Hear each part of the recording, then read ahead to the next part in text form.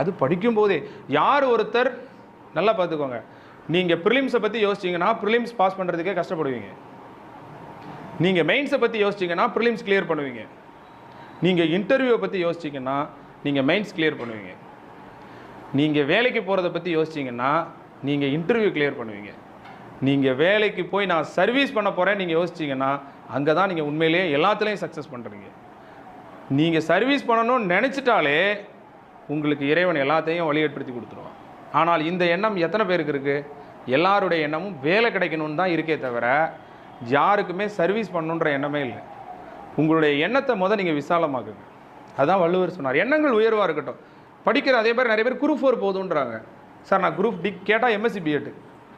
இது என்னங்க அநியாயமாக இருக்குது? ஏங்க நீங்கள் படித்தது எம்எஸ்சி பிஎட், குரூப் 4 என்னது? என்ன குவாலிஃபிகேஷன்? Group 4 10th qualification. நான் இப்போ ஒரே வார்த்தை கேட்டேன், மேடம் வாட் இஸ் எஜுகேஷன் அப்படின்னு கேட்டால் எது நம்பிக்கை ஏற்படுத்துதோ அதுதான் கல்வி. Education is not inking, it is thinking. நாம் சிந்திச்சிருக்கணும். நாம் இவ்வளோ நாளாக இங்க் பண்ணியே படிச்சுட்டு வந்துட்டோம், டிகிரியை வாங்கிட்டோம்.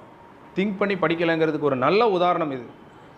நீ ஒரு எம்எஸ்சி பிஎட் படிச்சிருக்க, நீ படித்த படிப்பு ஒரு 10ஆம் கிளாஸ் தரத்தில் இருக்கக்கூடிய ஒரு பாடத்தை உன்னால் கிளியர் பண்ண முடியாது அப்படிங்கிற தன்னம்பிக்கையை தரலைன்னா அப்போ நீ என்ன படித்த? உன் வாழ்நாள் முழுவதும் உன் கூட வர போகிறது உன் படிப்பு தானே. உங்கள் பேரை போட்டால் அடுத்த செகண்டே என்ன பண்ணுவாங்க? பிஇ, எம்எஸ்சி, பிஎஸ்சி, கடைசி வரைக்கும் உன் கூட இருக்க போகிறது அதுதான். உண்மையா இல்லையா?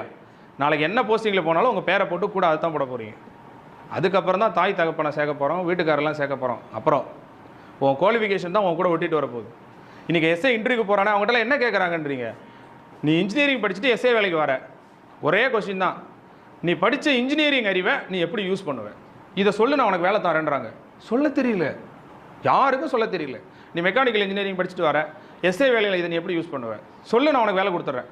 இன்டர்வியூவில் நோ ப்ரிப்பரேஷனே இன்டர்வியூக்கு வேண்டாம், ஒன்லி ப்ரெசன்டேஷன்.